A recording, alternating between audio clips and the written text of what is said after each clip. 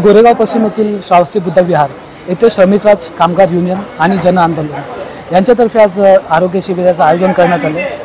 या युनियनचे संस्थापक अध्यक्ष देविदासजी पंडागळे यांची गोरेगावची जी युनिट आहे वाहतूक सेनेची, त्या युनिटतर्फे आज हे आरोग्य शिबिर भरवलं गेलं आहे। सकाळपासून अनेक ज्येष्ठ नागरिकांनी या आरोग्य शिबिराचा लाभ घेतला। आसपासचे अनेक नागरिक या आरोग्य शिबिराला आले होते।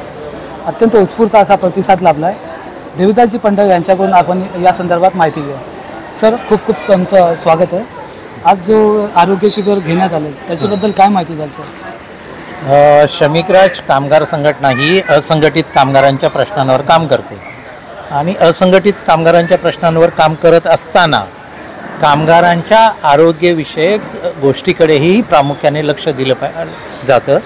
काय होतं की या धावपळीच्या युगात जो कष्टकरी व्यक्ती आहे, जो कामगार आहे, त्याला आपल्या आरोग्याची काळजी घेण्यासाठी वेळच मिळत नाही आणि आरोग्य उपचार इतके महागडे झालेले आहेत आणि त्याच्यामुळे ह्या लोकांना सगळं शक्य होत नाही, सगळं खर्च करणं वगैरे। म्हणून श्रमिकराज संघटनेच्या मार्फत आम्ही वेळोवेळी आरोग्यविषयक शिबिराचं, मोफत आरोग्यविषयक शिबिराचं आयोजन करत असतो।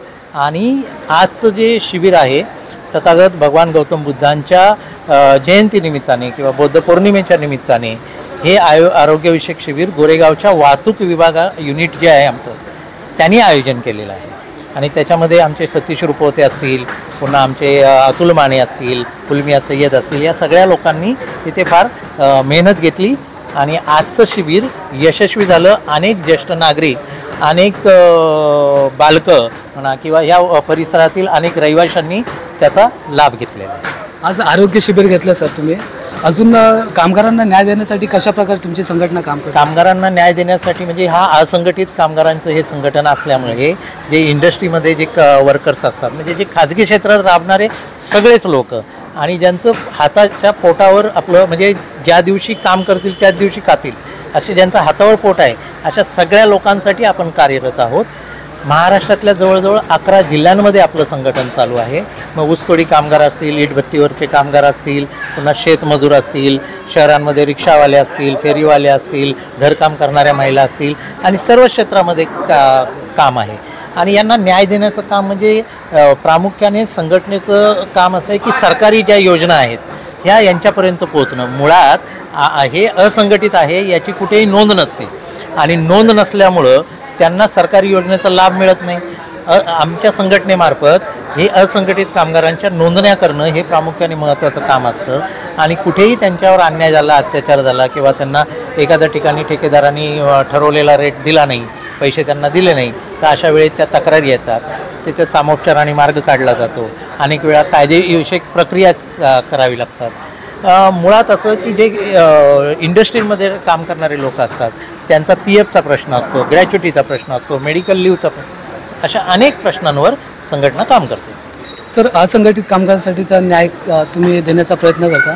शिक्षकांसाठी सुद्धा तुमची युनियन कार्यरत आहे, ती कशा प्रकारे करते, कशा प्रकारे त्यांना तुम्ही तुमच्या युनियनचा सपोर्ट मिळतो सर शिक्षकांना? मुळात असं आहे की मुंबईमध्ये शिक्षक आणि शिक्षकेतर ह्या संघटना आम्ही सुरू केलेल्या आहेत आणि प्रामुख्याने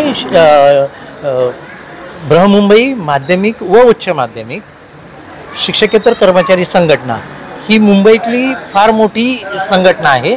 आणि शिक्षकेतर संघटना म्हणजे शिक्षक सोडून जो कर्मचारी आहे, म्हणजे त्याच्यामध्ये लिपिक वर्ग असतो, प्रयोगशाळा सहाय्यक असतो, ग्रंथपाल असतो, प्रयोगशाळा परिचर असतो, हा सगळं वर्ग आणि सेवक वर्ग म्हणजे शिपाई वर्ग यांच्या न्याय हक्कासाठी अनुदानित शाळेतली म्हणजे जे सरकारी पगार घेणारे जे कर्मचारी आहेत त्यांचं फार मोठं संघटन मुंबईमध्ये शिक्षकेतर कर्मचाऱ्यांचं झालेलं आहे। त्याशिवाय शिक्षकांसाठी जे असंघटित क्षेत्रातील शिक्षक आहेत, म्हणजे जे सरकारी कर्मचारी नाही आहेत, असे प्रायव्हेट खाजगी शाळांमध्ये काम करणारे जे शिक्षक आहेत त्यांची फार मोठी संघटना आपण मुंबईमध्ये सुरू केलेली आहे। सर, कामगार तुमची युनियन मुंबईपुरती मर्यादित आहे की मुंबईच्या बाहेर सुद्धा युनियनचं काम चालतं सर? नाही, मुंबईपुरती मर्यादित नाही।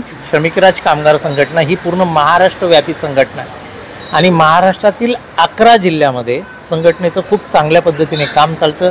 त्यातही प्रामुख्याने पुणा, अहमदनगर, बीड, इकडे यवतमाळ असेल, इकडे पालघर जिल्हा असेल, पुन्हा रायगडमध्ये आहे चांगल्या पद्धतीने काम. म्हणजे एकंदरीत 11 जिल्हे आम्ही कव्हर केलेले आहेत आणि येणाऱ्या काळात महाराष्ट्रातले 36 जिल्ह्यांपर्यंत आम्हाला पोचायचं आहे. चालेल, धन्यवाद आमच्याशी बोलल्याबद्दल. तर आपण पाहू शकता प्राध्यापक देविदासजी पंडागळे यांच्यासोबत आपण संवाद साधला आहे. लोकांना न्याय देण्यासाठी कशाप्रकारे यांची युनियन काम करते. थँक्यू.